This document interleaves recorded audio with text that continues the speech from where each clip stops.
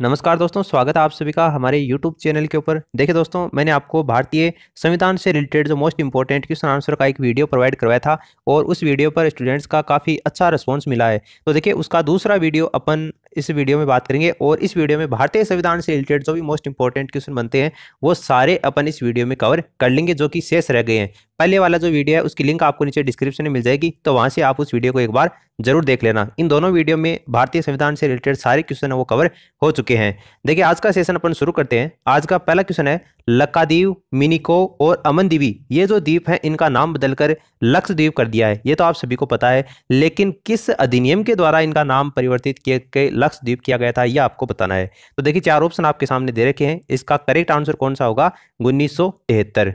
लक्कादीव, मिनिकॉय और अमनदीवी द्वीप का नाम बदलकर लक्षद्वीप कब किया गया था? वर्ष 1973 में, जो संसदीय अधिनियम के द्वारा इसका नाम परिवर्तित किया गया था। ऑप्शन फर्स्ट इसका करेक्ट आंसर होगा। अब देखिए, नेक्स्ट क्वेश्चन की अपन बात करते हैं। तो देखिए, संघ राज्य क्षेत्र में निम्न में से क्या शामिल नहीं है? कौन सा शामिल नहीं है वो आपको बताना है। देखिए, आपको पता है 29 राज्य हैं और 7 केंद्र शासित प्रदेश हैं। ये संघ राज्य क्षेत्र का मतलब केंद्र शासित प्रदेश से है। तो वो कौन कौन से हैं उनके बारे में बात करें तो देखिए, एक तो आपका अंडमान और निकोबार द्वीप समूह है, ठीक है। दूसरा आपका है चंडीगढ़, तीसरा है दादरा और नागर हवेली, चौथा है दमन और दीव, पांचवा है दिल्ली और छठा है पुदुचेरी और सातवां है लक्षद्वीप। तो ये 7 केंद्र शासित प्रदेश हैं। आपको इनमें जम्मू कश्मीर दे रखा है, ये इसमें शामिल नहीं है। इसके अलावा ये 3 इसमें शामिल है, इसलिए जम्मू कश्मीर क्या हो जाएगा? इसका करेक्ट आंसर हो जाएगा। जम्मू कश्मीर को एक विशेष राज्य का दर्जा प्राप्त है और ये भारत का जो अनुच्छेद है उसमें कौन से अनुच्छेद में प्राप्त है? संविधान के 370 नंबर का जो अनुच्छेद है उसमें जम्मू कश्मीर को एक विशेष राज्य का दर्जा प्राप्त है। इसमें जम्मू कश्मीर इसका करेक्ट आंसर हो जाएगा। फिर नेक्स्ट क्वेश्चन आपको दे रखा है, 1956 में राज्यों का पुनर्गठन करने से, तो राज्यों का पुनर्गठन करने से कितने राज्य और कितने संघ राज्य क्षेत्र बने थे 1956 के, वो आपको बताना है। तो देखिए, इसमें इसका करेक्ट आंसर होगा 14 राज्य बने थे और 6 संघ राज्य क्षेत्र बने थे। अब वो 14 राज्य कौन कौन से थे बताने को मैं सारे बता दूंगा, लेकिन वो इंपॉर्टेंट नहीं है। इतना ध्यान में रखना, 1956 में राज्यों का पुनर्गठन करने से 14 राज्य और 6 संघ राज्य क्षेत्र बने थे। एक बार ये एसआई के एग्जाम में आया था। देखिए, नेक्स्ट क्वेश्चन आपको दे रखा है, निम्न में से कौन सा राजनीतिक अधिकार नहीं है? एक ऐसा है इनमें से जो राजनीतिक अधिकार नहीं है, बाकी के 3 राजनीतिक अधिकार हैं। तो ये कौन सा है ये आपको बताना है। देखिए, इसका करेक्ट आंसर होगा जीवन का अधिकार। इसका करेक्ट आंसर होगा जीवन का जो अधिकार है वो अनुच्छेद 21 में मौलिक अधिकारों के तहत है। प्राण और जो दैहिक स्वतंत्रता का अधिकार है उसके अंतर्गत ये जीवन का अधिकार आता है। बाकी आपको जो विकल्प दे रखे हैं, मत देने का अधिकार, चुनाव लड़ने का अधिकार, सरकार के अधिशासी निकायों के पास में शिकायत करने का अधिकार, ये सारे राजनीतिक अधिकारों में शामिल हैं, लेकिन जीवन का अधिकार राजनीतिक अधिकारों में शामिल नहीं है, ये एक मौलिक अधिकार है। नेक्स्ट क्वेश्चन आपको दे रखा है, निम्न में से किस ईस्वी सन में भारतीय नागरिकों के लिए मौलिक कर्तव्य संविधान में शामिल किए गए थे? तो मौलिक कर्तव्य संविधान में कब शामिल किए गए थे? 1975 में। सरदार स्वर्ण सिंह समिति की सिफारिश के ऊपर 42वां संविधान संशोधन हुआ था 1975 में, और वो कब हुआ था? 3 जनवरी 1977 से लागू हुआ था। 1976 में हुआ था, लेकिन वो कब हुआ था? वो 3 जनवरी 1977 से लागू हुआ था। और भाग 4(1) में अनुच्छेद 51A जोड़कर भारतीय नागरिकों को 10 मौलिक कर्तव्य शामिल किए गए थे। और बाद में 86वां संविधान संशोधन हुआ था 2002 में। उसके बाद में इनकी संख्या कितनी हो गई? 11 हो गई। तो ये ध्यान में रखना, 1976 क्या होगा इस क्वेश्चन का करेक्ट आंसर होगा। उसके बाद में नेक्स्ट क्वेश्चन आपको देखा है, भारतीय संविधान लागू हुआ था। भारतीय संविधान लागू कब हुआ ये आपको बताना है। तो देखिए, अब स्टूडेंट्स को कंफ्यूजन हो सकती है इसमें, क्योंकि 26 नवंबर 1949 भी दे रखा है और 26 जनवरी 1950 भी दे रखा है। ये जो दोनों डेट हैं वो संविधान के लागू होने से रिलेटेड है, इसलिए अगर ये दोनों डेट आपके एग्जाम में आ जाती हैं तो कन्फर्म सी बात, आप कंफ्यूज होगी। लेकिन क्वेश्चन में साफ साफ दे रखा है कि भारतीय संविधान लागू कब हुआ था। तो लागू तो कब हुआ था? 26 जनवरी 1950 को ही हुआ था, लेकिन संविधान सभा का जो तृतीय वाचन हुआ था वो 26 नवंबर 1949 को हुआ था। और इस तिथि को ही जो संविधान सभा है उसके सभापति ने हस्ताक्षर किए थे, और उस हस्ताक्षर करने के साथ में ही संविधान को स्वीकार कर लिया गया था, अधिनियमित कर लिया गया था और आत्मसमर्पित कर लिया गया था। हाँ, ये बात अलग है कि नागरिकता, निर्वाचन और जो अंतरिम संसद में जुड़े हुए उपबंध हैं वो लागू कर दिए गए थे, लेकिन अंतिम रूप से लागू कब हुआ था? 26 जनवरी 1950 को हुआ था। अगर आपको एग्जाम में क्वेश्चन इस तरीके से पूछा जाए कि भारतीय संविधान अपनाया कब गया था, ये तो बात है लागू होने की। अगर इस तरीके से एग्जाम में क्वेश्चन आता कि भारतीय संविधान अपनाया कब गया था, तो आपको क्या करना है, 26 नवंबर 1949 करना है। ये इसका करेक्ट आंसर हुआ। देखिए क्वेश्चन पूछने के तरीके होते हैं। एक क्वेश्चन आपको इस तरीके से भी घुमाकर पूछ सकता है कि हमारे संवैधानिक इतिहास में 26 नवंबर 1949 एक महत्वपूर्ण दिन है, इसके पीछे कारण क्या है। तो इस तरीके से भी आपको क्वेश्चन पूछा जा सकता है। आपको केवल डेट को पकड़ के नहीं बैठना है, एक डेट को रटना नहीं है, आपको उस कंसेप्ट को समझना है कि वो जो डेट है वो किस चीज से रिलेटेड है। तो 26 नवंबर 1949 की डेट क्यों इंपॉर्टेंट है, क्योंकि इस दिन भारतीय संविधान अंगीकार किया गया था, स्वीकार किया गया था। क्वेश्चन को इस तरीके से भी पूछा जा सकता है कि संविधान का प्रारूपण पूरा कब हुआ था, प्रारूपण कब पूरा था, यानी प्रारूप बन के तैयार कब हुआ था। तो वो 26 नवंबर 1949 को ही संविधान का प्रारूपण तैयार हुआ था। इस तरीके से भी आ सकता है कि समग्र रूप से भारतीय संविधान लागू कब हुआ था, समग्र रूप से कब हुआ था, 26 जनवरी 1950 को हुआ था। देखिए ये जो डेट है ना, इन दोनों से क्वेश्चन जितने भी पॉसिबल बनते हैं तरीके क्वेश्चन पूछने के एग्जाम में, वो मैंने आपको सारे बता दिए हैं। इससे बाहर आपके एग्जाम में कुछ भी नहीं आएगा, यकीन मानिए। अगर फिर भी आपको समझ में नहीं आया है तो आपकी किस्मत, आप एक बार वीडियो को फिर से देख लीजिए, समझ में आ जाएगा आपको आराम से। नेक्स्ट क्वेश्चन आपको दे रखा है, भारत की संविधान सभा का संवैधानिक सलाहकार कौन था। यह क्वेश्चन बहुत ज्यादा इंपॉर्टेंट है। भारतीय संविधान की जो संवैधानिक सभा है उसकी संवैधानिक सलाहकार कौन था, सर BN राव थे। ऑप्शन थर्ड इसका करेक्ट आंसर होगा। देखिए भारतीय संविधान सभा की प्रथम बैठक कब हुई थी, मैंने आपको पहले वाले वीडियो में बताया था कि 9 दिसंबर 1946 को हुई थी। उसमें संविधान सभा के अस्थायी अध्यक्ष के रूप में डॉक्टर सच्चिदानंद सिन्हा को चुना गया था। और उसके बाद में संविधान सभा की दूसरी बैठक हुई थी 11 दिसंबर 1946 को, उसमें डॉक्टर राजेंद्र प्रसाद को अस्थायी अध्यक्ष के रूप में चुना गया था। और इसके साथ में ही सर BN राव को संवैधानिक सलाहकार नियुक्त किया गया था। तो सर BN राव क्या होगा इस क्वेश्चन का करेक्ट आंसर होगा। इसी क्वेश्चन को आपको इस तरीके से भी पूछा जा सकता है कि भारतीय संविधान की रचना के समय संविधान सभा का संवैधानिक सलाहकार कौन था। तो बस वो एक ही बात है, थोड़े से शब्दों का खेल है, घुमाकर आपको पूछ दिया तो वो क्या हो जाएगा, सर BN राव हो जाएगा। क्योंकि एक बार स्टेनो के एग्जाम में इसी क्वेश्चन को इस तरीके से घुमाकर पूछा गया था, तो आप ध्यान में रखना। नेक्स्ट क्वेश्चन आपको दे रखा है, संघीय प्रकार के शासन का एक गंभीर दोष है। संघीय प्रकार के शासन का एक गंभीर दोष कौन सा है इनमें से, वो आपको बताना है। तो देखिए इसमें इसका राइट आंसर होगा पृथकता का खतरा। संघीय शासन में जो शक्तियां होती हैं वो केंद्र के बीच में और राज्य के बीच में, केंद्र के बीच में और राज्य के बीच में उन शक्तियों का क्या होता है, बंटवारा होता है, जिसके कारण पृथकता का खतरा हमेशा बना रहता है। इसके विपरीत जो एकात्मक शासन प्रणाली होती है उसमें अधिकांश जो शक्तियां होती हैं वो केंद्र के पास में होती हैं, जिसके कारण सुदृढ़ता बनी रहती है, लेकिन इस पर स्थानीय हितों की उपेक्षा का आरोप ज्यादा लगता है। तो कहने का मतलब है संघीय प्रकार का जो शासन है उस पर एक गंभीर दोष कौन सा हो सकता है, पृथकता का खतरा हो सकता है। तो ऑप्शन फर्स्ट इसका करेक्ट आंसर होगा। नेक्स्ट क्वेश्चन आपको दे रखा है, सरकार की निम्न प्रणाली, ये जो आपको 4 प्रणालियां दे रखी हैं उनमें से किस में द्विसदन पद्धति एक अनिवार्य लक्षण है, वो आपको बताना है। कौन सी प्रणाली में द्विसदन पद्धति एक अनिवार्य लक्षण है। तो देखिए इसका करेक्ट आंसर होगा संघीय प्रणाली में। संघीय प्रणाली में केंद्रीय विधायिका है वो 2 सदन वाली होती है। यहाँ पर निम्न सदन जनता का प्रतिनिधित्व होता है और जो उच्च सदन होती है उसमें प्रांतों का प्रतिनिधित्व होता है। इसलिए संघीय शासन प्रणाली है वो द्विसदनीय पद्धति का एक अनिवार्य लक्षण है। ऑप्शन थर्ड इसका करेक्ट आंसर होगा। उसके बाद देखिए नेक्स्ट क्वेश्चन आपको दे रखा है, लोकतांत्रिक केंद्रीयकरण। देखिए ये लोकतांत्रिक लिखा गया है यहाँ पर, लोकतांत्रिक केंद्रीयकरण किसकी महत्वपूर्ण विशिष्टता है। तो देखिए 4 ऑप्शन आपके सामने दे रखे हैं, इनमें से समाजवादी राज्य क्या होगा, इसका करेक्ट आंसर होगा। समाजवादी राज्य में जो वास्तविक लोकतंत्र है उसकी स्थापना के नाम पर एक पार्टी का शासन का वर्चस्व होता है और जो सारी सत्ता होती है वो सर्वहारा के अधिनियामक तत्व के अंतर्गत सत्ताधारी पार्टी के केंद्रीय संगठन में केंद्रित रहती है। उदाहरण के लिए आप मान लीजिए कि आपका जो सोवियत संघ है, चीन है, उत्तरी कोरिया है, क्यूबा है, उनमें क्या है लोकतांत्रिक जो केंद्रीकरण है उसमें क्या है समाजवादी राज्य की प्रथा है। तो इसमें समाजवादी राज्य क्या होगा, इसका करेक्ट आंसर होगा।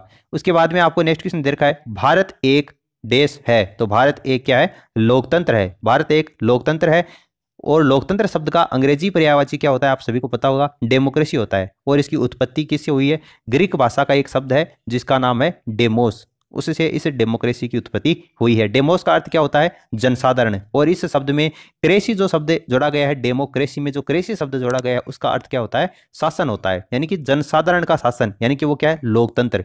डेमोक्रेसी का अर्थ क्या होता है, जनता का शासन होता है। ऑप्शन थर्ड क्या होगा इस क्वेश्चन का करेक्ट आंसर होगा। उसके बाद देखिए आपको नेक्स्ट क्वेश्चन दे रखा है, निम्न में से कौन सा संशोधन अधिनियम मिनी सदन कहा जाता है। तो 42वां संविधान संशोधन हुआ था 1976 में। उसको लघु संविधान क्यों कहते हैं? क्योंकि इस संशोधन के तहत कई अनुच्छेद हैं, उनमें संशोधन किया गया था। तो कहने का मतलब है जो 42वां संविधान संशोधन अधिनियम है 1976, उसको मिनी संविधान, लघु संविधान के नाम से जानते हैं। फिर आपको नेक्स्ट क्वेश्चन दे रखा है, भारत में एकल नागरिकता की अवधारणा अपनाई गई है। तो कहां से अपनाई गई है? ये इंग्लैंड से अपनाई गई है। भारत में जो एकल नागरिकता की अवधारणा है वो इंग्लैंड के संवैधानिक व्यवस्था से अपनाई गई है। ऑप्शन फर्स्ट इसका करेक्ट आंसर होगा। फिर आपको नेक्स्ट क्वेश्चन दे रखा है, दोहरी नागरिकता निम्न में से किसकी विशेषता है? तो जो आपको 4 ऑप्शन दे रखे हैं, इनमें से दोहरी नागरिकता किसकी विशेषता है? देखिए थोड़ी देर पहले अपन ने बात की थी, अगर आपने ध्यान से सुना है तो संघीय सरकार की व्यवस्था है। संघीय जो सरकार होती है उसमें दोहरी नागरिकता होती है। मैंने आपको थोड़ी देर पहले बताया था, एक तो होती है संघ की और एक क्या होती है? राज्य की। वो दोहरी नागरिकता हो सकती है। अमेरिका की जो संघीय सरकार है उसमें दोहरी नागरिकता की व्यवस्था है। तो इसमें संघीय सरकार क्या होगा? इसका करेक्ट आंसर होगा। नेक्स्ट क्वेश्चन आपको दे रखा है, संविधान का कौन सा भाग नागरिकता के प्रावधानों से संबंधित है? देखिए आपको 4 भाग दिख रहे हैं, भाग सेकंड, थर्ड, फोर्थ और फिफ्थ।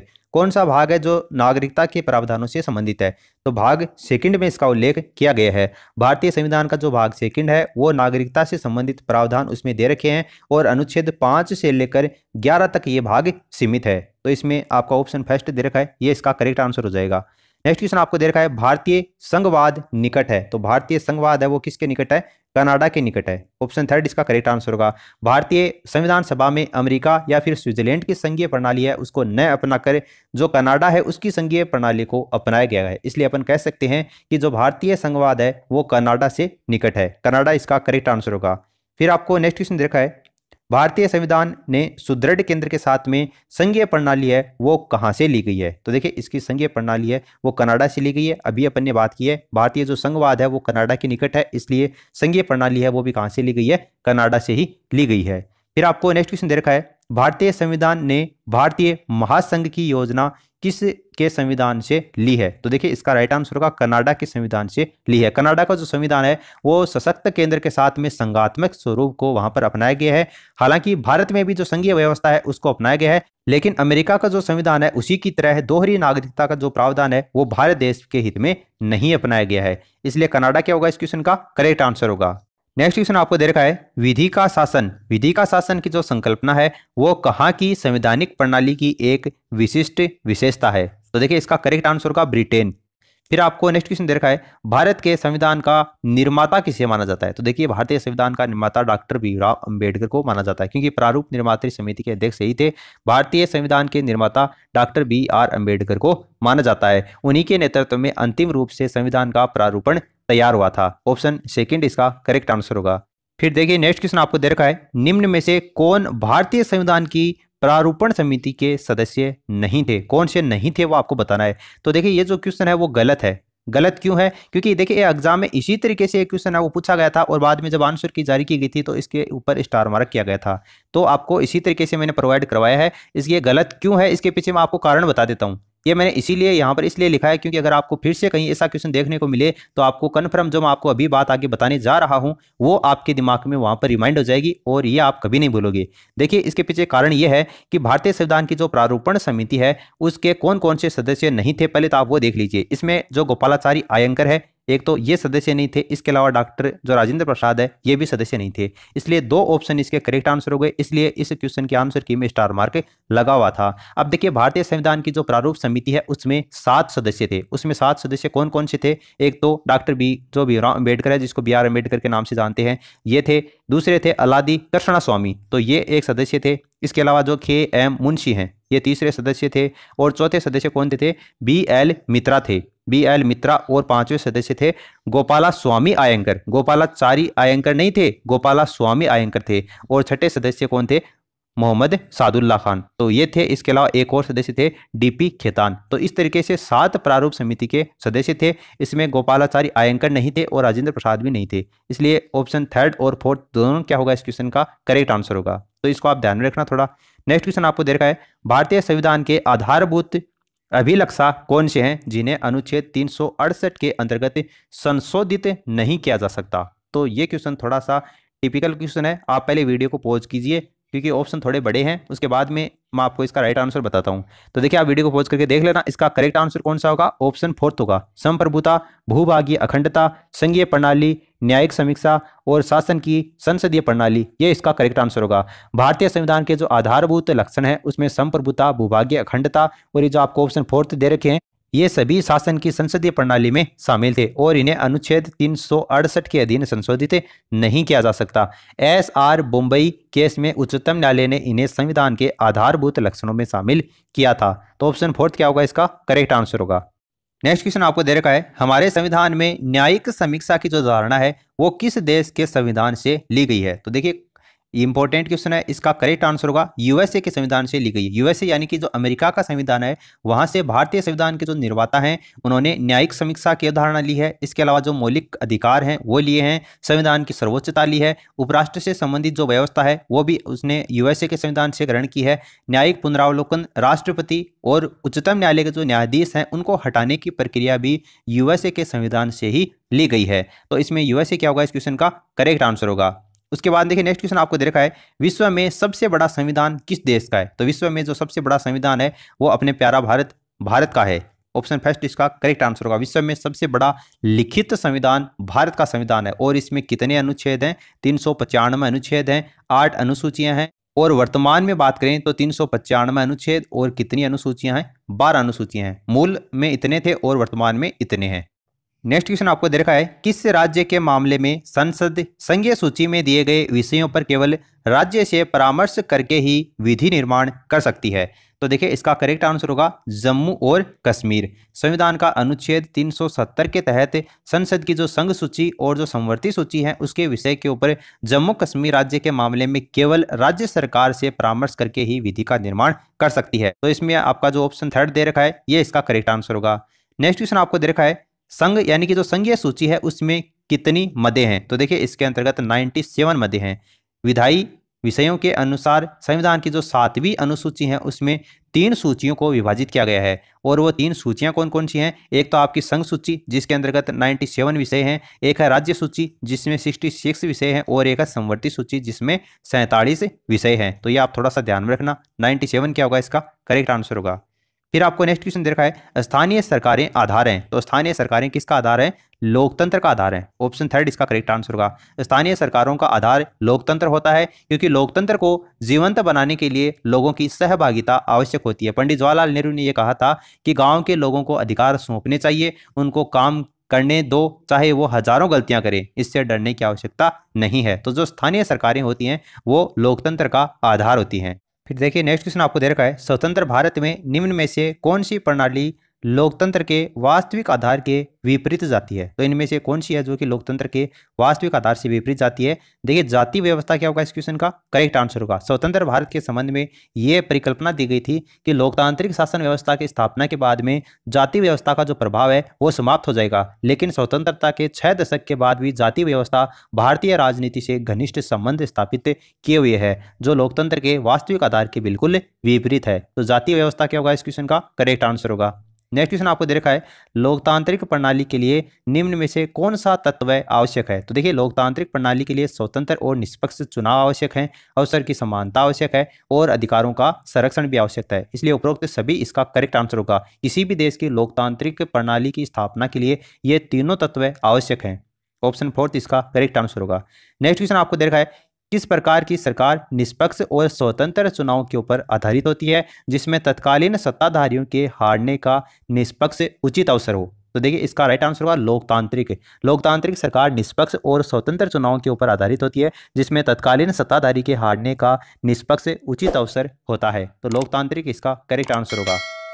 फिर आपको नेक्स्ट क्वेश्चन दे रखा है, एक बाद में कौन सी सरकार आपको बतानी है जिसमें संवैधानिक कानूनों तथा नागरिक अधिकारों के द्वारा खींची निर्धारित सीमाओं के भीतर ही काम करती है। तो देखिए वो आपकी लोकतांत्रिक सरकार, एक लोकतांत्रिक सरकार संवैधानिक कानून और जो नागरिक अधिकार हैं उनके द्वारा खींची गई जो निर्धारित सीमाएं हैं उसके अंदर अंदर ही काम करती है। जब भी इस वीडियो के ऊपर 100 लाइक आ जाएंगे तो आपको नेक्स्ट वीडियो प्रोवाइड करवा दिया जाएगा। चैनल पर पहली बार आए हैं तो सब्सक्राइब करने के साथ साथ में घंटी के आइकन को प्रेस कर लें ताकि लेटेस्ट अपडेट आपको समय समय के ऊपर मिलते रहें।